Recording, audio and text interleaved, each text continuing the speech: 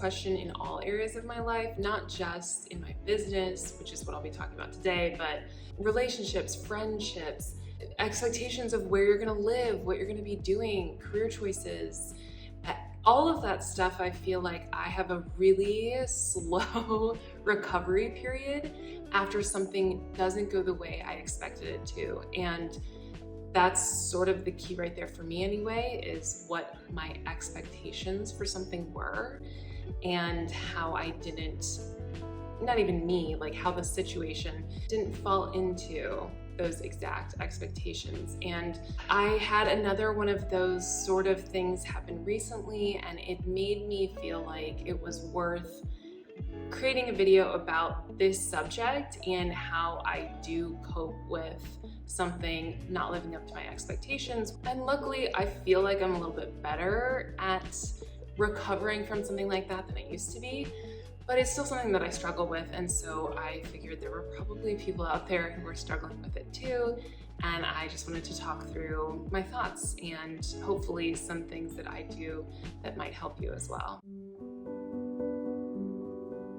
Really, I think the biggest first step in moving past something that has let you down or not worked out is just acknowledging that you're disappointed or sad or upset, whatever the feeling that you're feeling really is.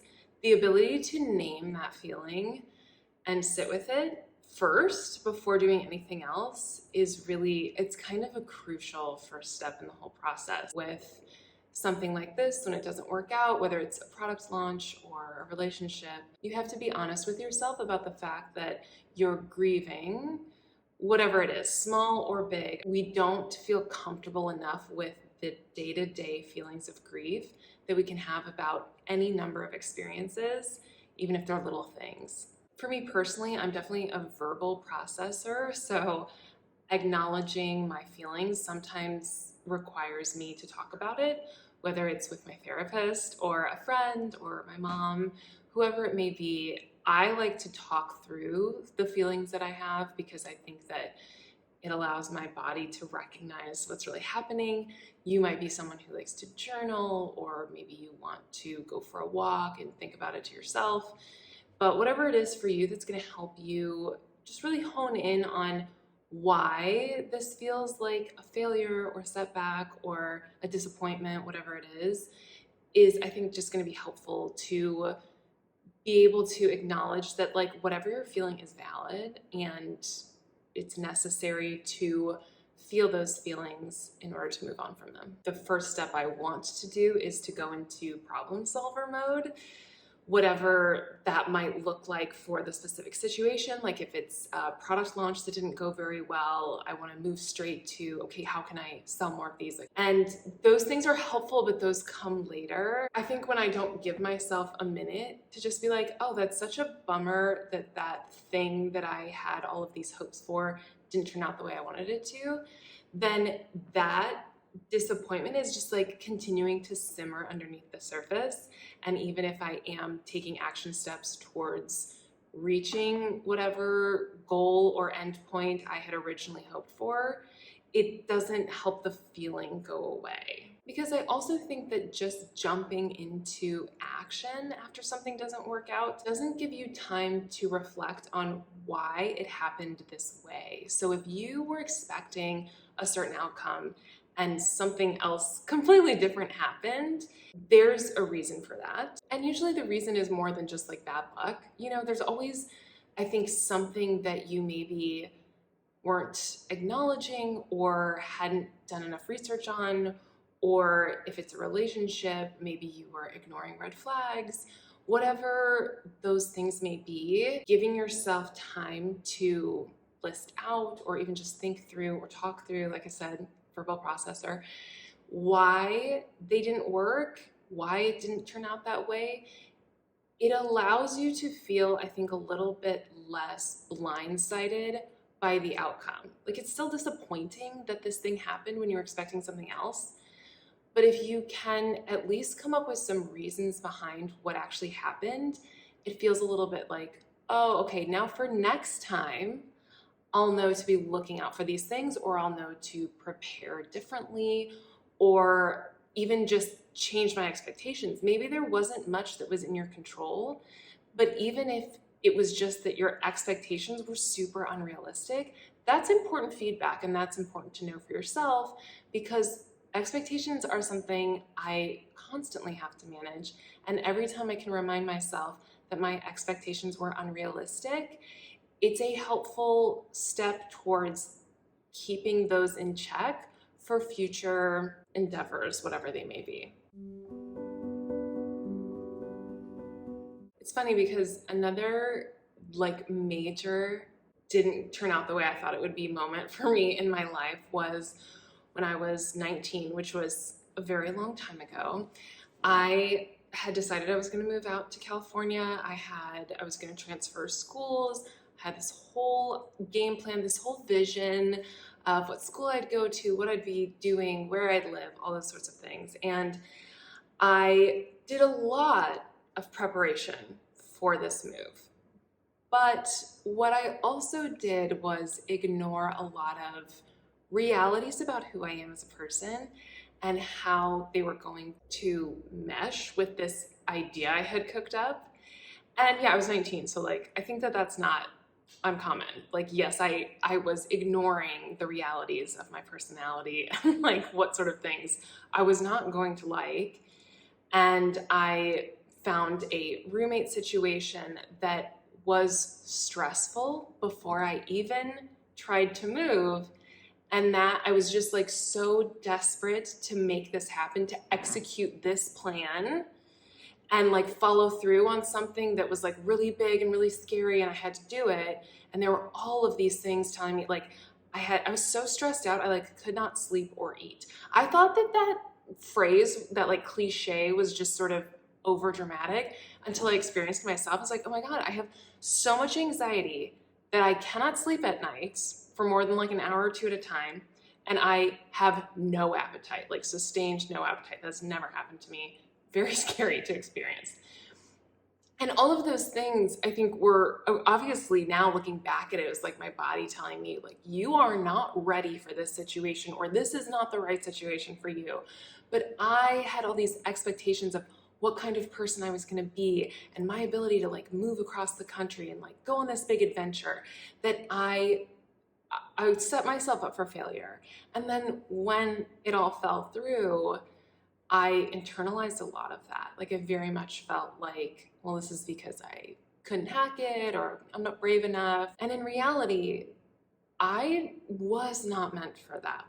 That absolutely was the right move on the universe's part, because I think about now how different my life would be if that situation, I'd been able to follow through on it. And it's terrifying to think about, because I am much better suited for the life I currently have, and there's a reason that I ended up here. So I do think it's really valuable to not sort of gloss over that it's a sad thing that happened or a disappointment that you've experienced, but also to remind yourself that there are probably reasons why this happened, and those reasons are really valuable feedback for whatever area of life you're dealing with. In my business, if a launch doesn't go the way that I want it to, that's, again, I have to work really hard not to internalize it and make it about myself being a bad business owner or not cut out for this, and instead look at the facts, take some of the emotion out of it, which is why it's important to feel the emotion first, because I think once you can experience that and acknowledge it, then it allows you to step back from it a little bit. And then you can look at the realities of, well, I had XYZ expectations, but based on the following that I have and the time of year that it is and market trends and the economy, I was maybe setting myself up for failure again and setting expectations so high that when I didn't meet them, I was destined to be disappointed in myself, when in reality, I was just experiencing a normal ebb and flow of owning a business. If gathering that information about why this was probably meant to not work out from the start, the things that you were ignoring or had not discovered as to why something was not going to work out the way you wanted it to. I think that even if you find all of that, you might still just be feeling really bummed out and you might not be inspired to act yet. You might still be feeling like, well, sure, I know that information is true. I can't get past the feeling that like I'm bummed out about how this went and I'm in a little bit of a spiral. So I also think it's really helpful to have some coping strategies in your back pocket, whether that's hanging out with someone you trust, a friend, someone that you can talk to, support you and validate your feelings, and then also maybe help you out of the mood a little bit, somebody that you can have a fun time with, or even just relax and have a low pressure interaction with. Those people are super important. I also feel like having a list of things that are so separate from work or other life responsibilities that strictly just make you happy is a great thing to have on hand, because sometimes what you need in the moment is just like an escape. Like, yes, those feelings will stay there and you will have to deal with them at some point. But if you are really just like I said, spiraling about like, what does this mean about my business? Is this the beginning of the end? Is this a thing of failure? Sometimes it's really hard to slowly work your way out of that, and you need like a jolt of just like pure fun escapism, whatever that may be. I actually just recently scheduled a horseback trail ride. I have not gone horseback riding in maybe like over a decade. It has been a very long time, but I know that I really enjoy it, and I know that it will lift my spirits and help me stay in the moment and in my surroundings. I haven't even done it yet, but just the fact that it's on my calendar is bringing me a lot of joy. And maybe it's even just as simple as like, if you have like a body of water near you, like going and sitting by a body of water, go see a movie. I love seeing movies by myself. Like, go do something fun. Go do something that feels like an escape from whatever it is you're feeling. This sort of situation can be a great time to learn something new in whatever the area is that you feel you've sort of been let down. So if it's related to your business, maybe this is the time where you read a new book about marketing. If you had a bad launch, like, go take a course. You don't even have to like buy a course. Go on YouTube, like watch some experts talk about how to have successful launches. I feel like empowering yourself with knowledge is such a great way to, again, get yourself out of the funk of like, oh, I'm never going to recover from this. If it is a relationship or a friendship that has let you down, maybe you want some education around how to seek out the right kind of friends, or tips for like calling in the right kind of partner. When I decided that moving to California was not going to work out, something like knowledge that I wanted was, where is a place that is reasonable for me to live that I can get excited about? And so doing some research about the surrounding areas from my hometown and where I could afford to live, where there were apartments that I liked, and like finding a downtown that had like a cute places to go. And that knowledge was helpful in restoring my hope that like, this isn't some major failure. This is just like a step along the way. And now that I have more information, I feel like I can do this again.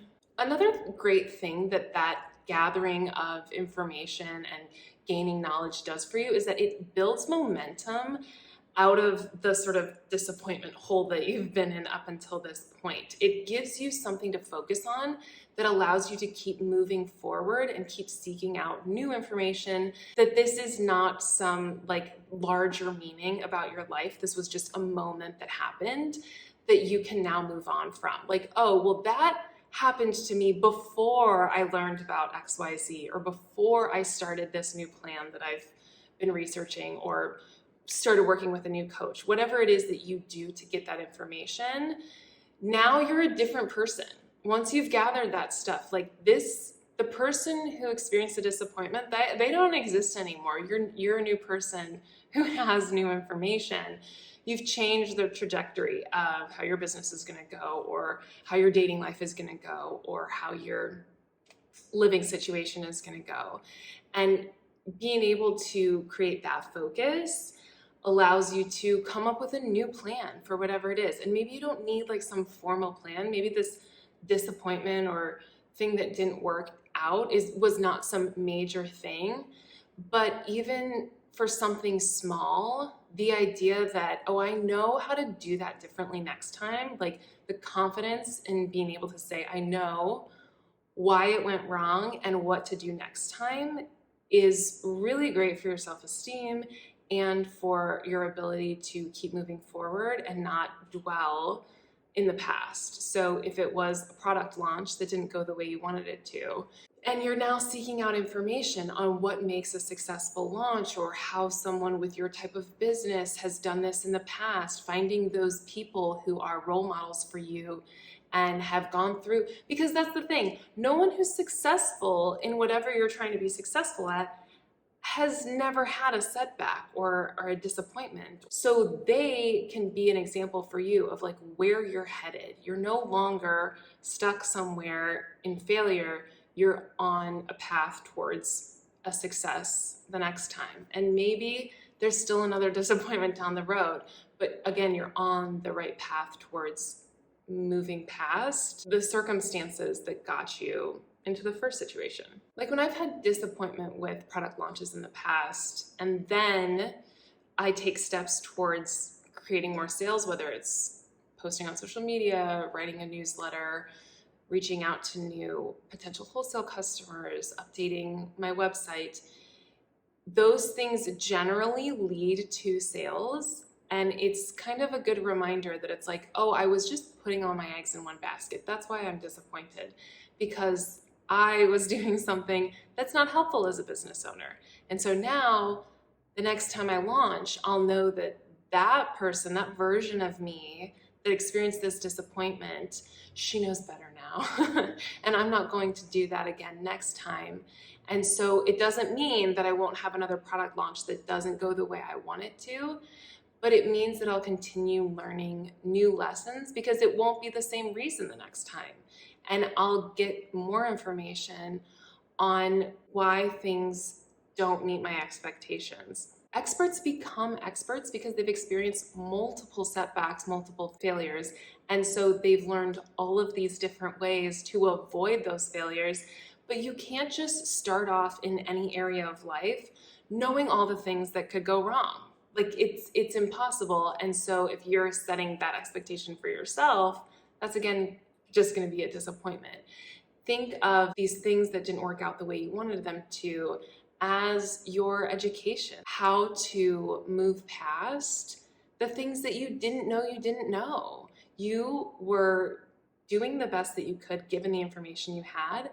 And now that you have new information, even though it's painful information, you have the ability to do more the next time. And so keeping that frame of mind and allowing yourself to acknowledge that failure and the sort of like roller coaster of not knowing what to expect, that's part of the process. So don't be hard on yourself because you're experiencing these very normal things, and these things that will allow you to become a better version of whatever it is you're trying to be.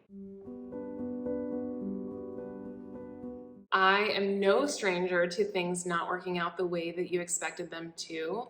And I have learned after many of these sorts of things that it's important for me to acknowledge how I feel and sit with those feelings and validate those feelings, because it is very reasonable to be upset after something doesn't go the way you wanted it to. And sitting with those feelings can help you understand why it is you're so disappointed about something not working out the way that you wanted it to. Once you have felt those feelings and you know why you're feeling disappointed, you can start pulling back the curtain on why it turned out the way that it did. You have the information you need now to figure out Where did I go wrong? I hesitate to even use that phrase, but you know what I mean. Like, why is this the way that it turned out? And you'll be shocked at how helpful that information is. It might be painful to sift through it, but ultimately that's how you grow, is by finding out the reasons behind things that didn't turn out the way you wanted them to. This is also when you allow yourself to seek out the kind of information and knowledge that will help you avoid the same sort of disappointment in the future, whether that's a book or a YouTube video or a mentor. Go seek out the information you need to feel empowered and not beaten down by what has happened to you, because that empowerment is the momentum you're going to need to try again at whatever it is. You do not have to be done with something just because it failed once or twice or even 100 times. You will learn each time that you have a setback like this, and it gets you closer to being that expert, that role model, that inspiration to others that you know that you can be.